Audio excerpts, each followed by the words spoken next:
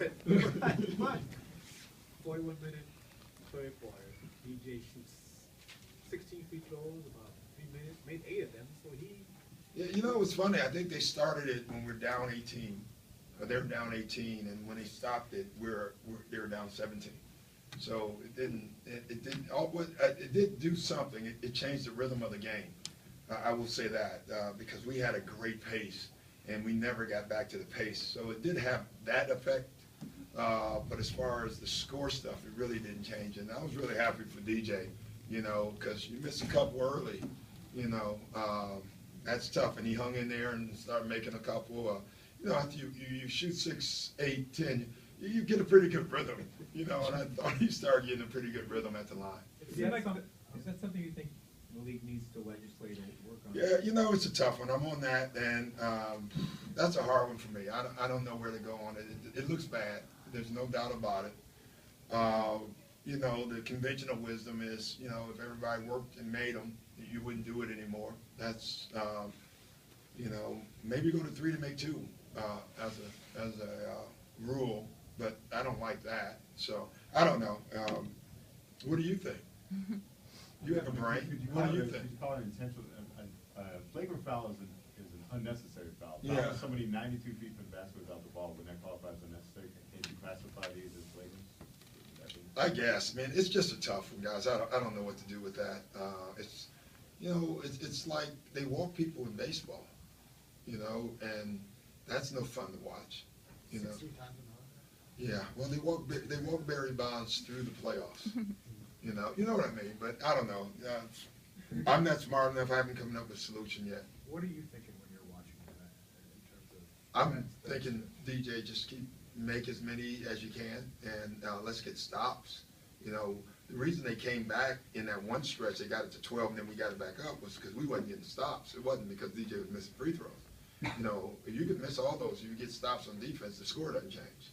So that was what I was thinking. As far as how the game looked and all that, you know, I'm not choreographing that part of it. I didn't like that the rhythm of the game changed. But you get Blake in foul trouble, he still scores 36. Yeah. Willie Green giving you 12. Willie was awesome tonight. You know, so He really was. Those things happen. Yeah, and you got to figure out stuff. You know, like Blake's early foul trouble in the first half and second, and then he gets his 5th. You know, it's funny. I had the guy at the table before I can get him in. He gets his 5th, and that was a lesson for Blake. You know, don't reach in on that. You don't want to pick up that foul. So instead of, you know, taking them out with 4 and you bring them back in with, you know, 10 minutes left, you have to wait, you know, and just, I was using the score as when I was putting them in. And, but we maintain, and that's good for us. You've talked a lot about Blake, but how he's been able to play without Chris. I mean, has he shown you more than you had expected? What have you thought of the way he's You know, played? I don't know what I expected. I expected greatness. So, but you know, he's done some things that we didn't know he can do as well, and clearly we're taking advantage of him in the open court with the ball. You know, that's something we didn't do, and now we know we can do. And I think it will be better when Chris comes back because you'll have 2 guys now that you can outlet the ball to, and that makes us really good as far as in our transition game. Do players have corners that they turn in their careers? I mean, this could be, I don't know. I mean, Yeah, I guess they do. I don't know what it is. It's a corner, or, you know, is he going uphill? You know, I don't know. But, yeah, I don't know. I just call it growth. You know, you're going to keep, Blake is 24, right? So he's spectacular right now. You know, he's one of the best players in the league. He's going to get a lot better still.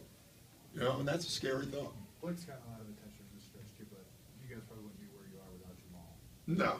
As well.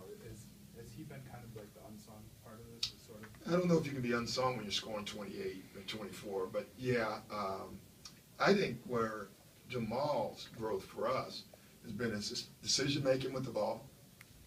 He makes very good decisions, and his defense. You know, he's doing things defensively for us that Jamal didn't know he could do. And so I think that's been very good for us.